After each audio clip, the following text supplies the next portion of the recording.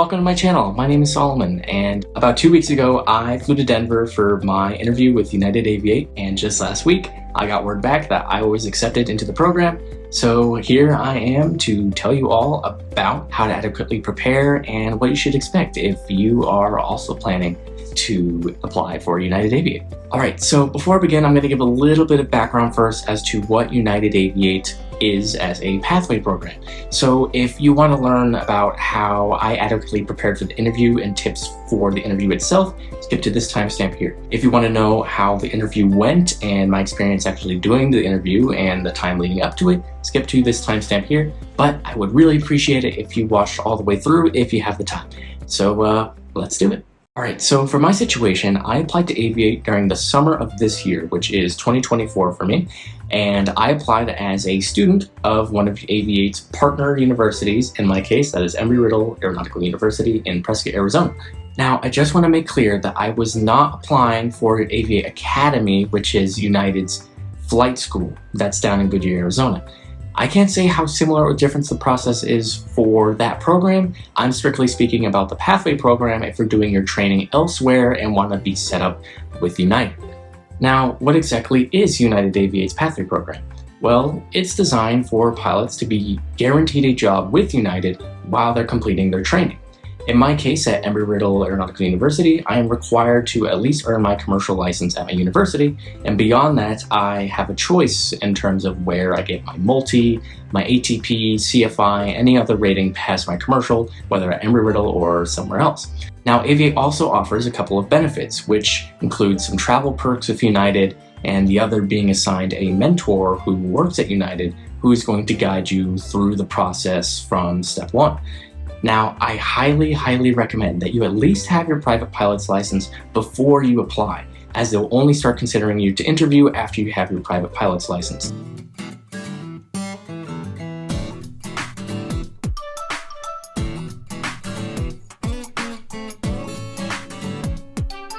Now, again, that's just for the pathway program, not for the flight school. It was about a couple months until I was contacted to complete an online assessment, which was essentially a personality test. And about a week after that, I was officially contacted to schedule an interview with United for their program. They paid for my flight to Denver, however, hotels and other accommodations were on me, and they're components of the trip that you have to cover yourself. Of course, should you apply, you will be given all the information by United through email. Alright, so let's talk about the preparation for the interview itself. Now, the interview consists of about 4 categories. The first category is the opener, where you introduce yourself and how you got into aviation. The second category is behavioral, where they ask you about 5 to 7 tell me about a time questions that relate to your personal, educational, or flying experience. The third category is a technical. Now, in my opinion, the technical required the most amount of preparation and was one of the more important parts of the interview. It involves a flight plan that you must have created and a checklist that you must have memorized prior to the interview, and essentially you are evaluated based up to your current rating. So as a private pilot, I was only evaluated up to that knowledge. If you have an instrument rating or you're commercially rated, that is the rating that you'll be evaluated up to. And even if you're in training for another rating, say you're in training for instrument rating but you're in private, you'll still only be evaluated on private things. So don't worry about being quizzed on things that you're still trying to learn. It's kind of like a mini check ride localized around your flight plan. Now, in my opinion, it wasn't nearly as intensive as a check ride, mainly because it's much less time than an actual check ride. However, you should still prepare for one as if it were an actual check ride, because then you'll be most prepared to answer questions and you'll be able to showcase your knowledge that you should already have. Now, I'm going to talk a little more about the technical portion a little bit later, as there's more things I want to cover that I think are very important for preparing for that portion of the interview. The final category is the closer, and it's essentially just the question, why United? Alright, now for the interview, there are different ways to prepare for each category. For the opener, remember that they aren't just interested in your flying experience, but about you.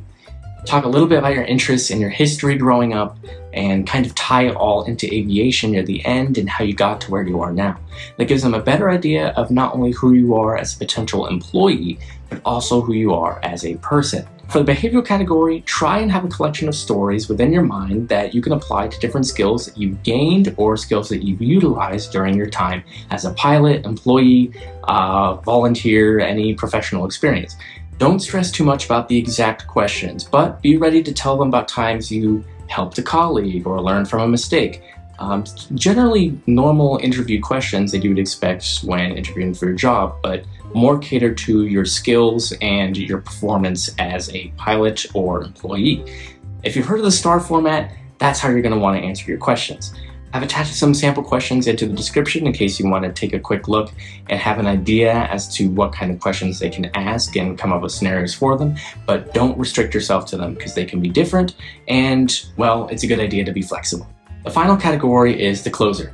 Try and do a little research into the company and see what their history is and their core values and essentially things that you agree with and genuine reasons why United was attractive to you. Just don't say, oh, because they pay a lot of money, because I'm not sure how well that'll go for you, but hey, you know what? If that's what you want to do, just be warned. Now, I said I wanted to talk about the technical portion later, and now is that later? So let's get into it. So I can tell you right now that the technical portion will require the most of your prep time, in my opinion. Personally, what I did was I put together a 3-ring binder that contained all of my flight plans information, of all of my weather printed out, my performance charts, my TAFs, NOTAMs, everything related to my flight. In this binder, I also included my logbook, passport, pilot certificate, and my medical, the most important of which was the logbook, as the rest of the items were submitted online via United's email. Now, make sure that when you make your flight plan, you account for all of your flight's weather. Use TAFs and MOS forecasts for your departure and arrival, anything that helps you paint a picture to the interviewer what your flight will look like. I personally generated a LATOS briefing, so 1-800-WX Briefs website, put a link to them in the description, and I screenshotted some for-flight forecasts to supplement what the LATOS briefing had, as the LATOS briefing didn't exactly have MOS forecasts, so I put the MOS for my departure and my arrival airport into that binder as well. Now, I mentioned I also put in performance charts to my binder, which came in handy when they asked about how my flight would affect performance and when they asked about some systems of my aircraft, which be prepared to be asked questions about the plane that you're most familiar with or the plane that you're doing your training in, as they'll want to know that you have some knowledge based on your chosen vehicle of training. Being this organized and comprehensive with my flight plan and other information not only looked good for the interviewers, but it also helped me a ton when I was becoming more familiar with my flight plan. The more I studied it, the more I calculated for it, and that really helped in terms of understanding what the flight would look like and how to explain potential adverse conditions that I may encounter to my interviewers. Something important I want to know about your flight plan. It's one of the most important things that you need to show, and that's your aeronautical decision making. In my experience from a VFR private pilot perspective, the flight I made had good, clear weather throughout my entire route of flight. However, just beyond my arrival airport, there was a Zulu air mat for icing right around my high cruising altitude. There were clouds, ceilings that were also right around my cruising altitude. Again, they were just past my arrival airport, but they were there. And generally non-VFR conditions. There was a large storm system over Colorado, and my destination was just south of the Colorado border, so it was a little bit close. Considering this, the number one thing they want to see is that you are safe. You must be able to show that you are knowledgeable with everything associated with your planned flight. Have a set of backup plans in case forecast conditions are different than expected or don't do the actual conditions justice. Don't be a risky pilot. But it's okay if you can showcase how you can mitigate possible risk. Be realistic with what you would actually do in the aircraft and how your aeronautical decision making comes into play. As the pilot in command, the interviewers want to see that you can make those necessary judgments and that you are safe, prepared, and aware. I knew what my alternative options were and what criteria would result in me making the decision to go or no go or to divert. And by showing that to the interviewers, they understood that I knew what I was talking about. If you feel uncomfortable or unsure about your planned flight, consider changing your overall destination or depart at a different time or day. You have a 10-day window within which you can plan your flight from when the interview starts and 10 days before that, so keep an eye out on the weather for the route you want to plan each day if you can. It'll also save you a lot of time if you compile and study the weather before you start doing calculations for your actual route. I made this mistake where I planned the weather, I did all the calculations, but I didn't look at the weather hard enough, and there was one thing I caught that led me to starting over. Alright, so let me tell you about how the interview itself went and everything leading up to it. Speaking of what led up to it, the flight out of Prescott was quite eventful. For a little bit of context, Prescott Airport here in Prescott has one regional airliner that comes in about 2 to 3 times a day. One flight goes to Denver, and the other 2 go to Los Angeles. It's a small regional airliner, CRJ-200. Funny thing is, CRJ-200 is both Mitsubishi CRJ-200 and Canadair CRJ-200, and I guess also Bombardier CRJ-200. So if anyone knows why it's Mitsubishi and Canadair, I would love to know if you have any insight on that. But anyway, after we took off from the airport, the situation was the landing gear failed to come up into the aircraft, so we had to divert and land back at the airport.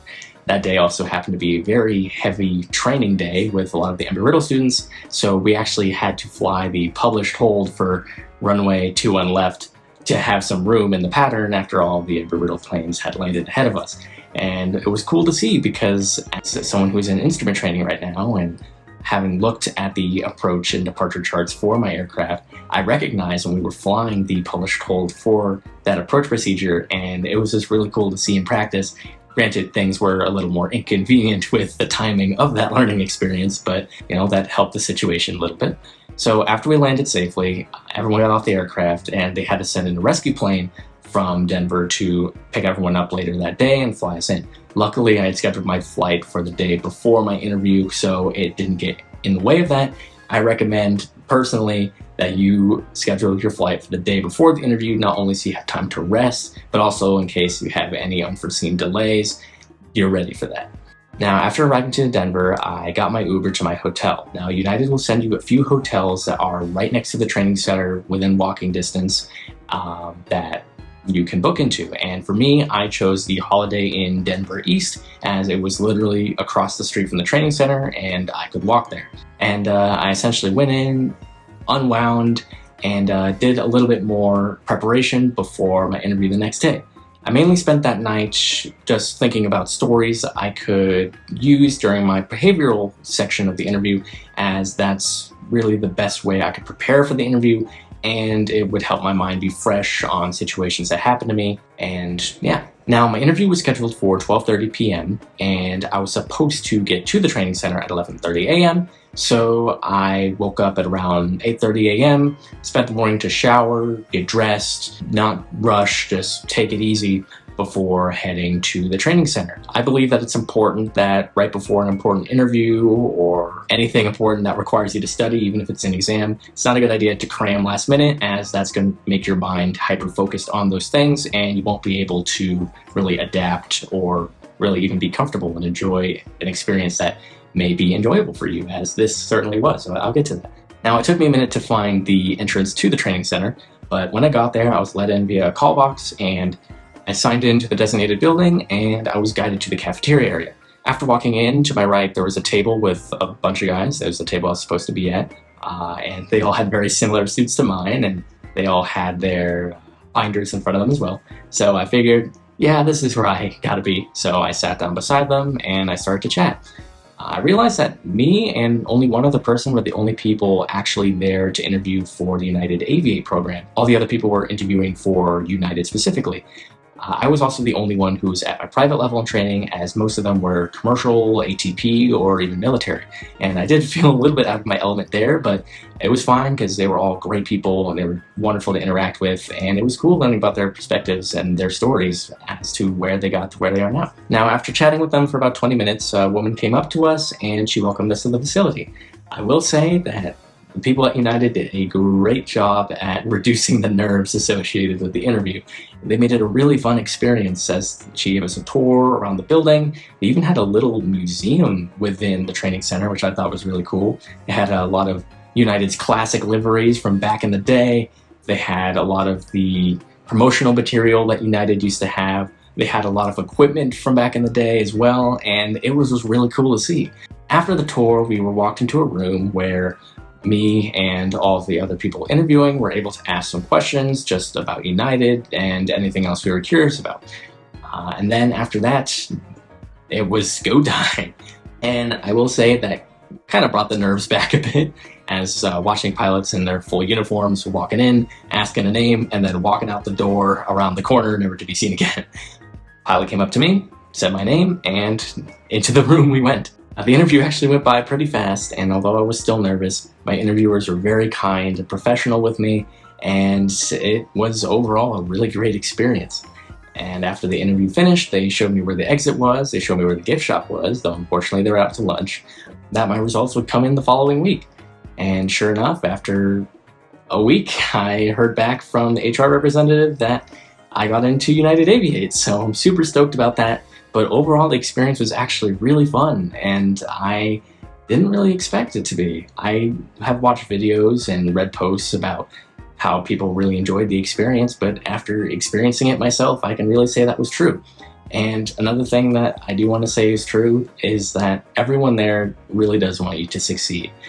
None of them are scrutinizing you or trying to make you slip up. They all really want you to work with them and to become a part of their community. And I really love that. And I think that's an important thing to have, not only in the community, but in a company like United, as big as it is. But yeah, the last piece of advice I can really give is just stay calm, don't stress, and if you do the required preparation, you're really going to enjoy your experience and you're going to do well. And if for some reason, lo and behold, you don't get into the program, it really doesn't matter. You can still interview in a year's time, and it does not affect your chances at all of getting into the program. So no pressure, it's fine, just enjoy your experience. And you know, that's really the best thing that you can do for yourself, as if you enjoy the experience, it's a win-win, you know?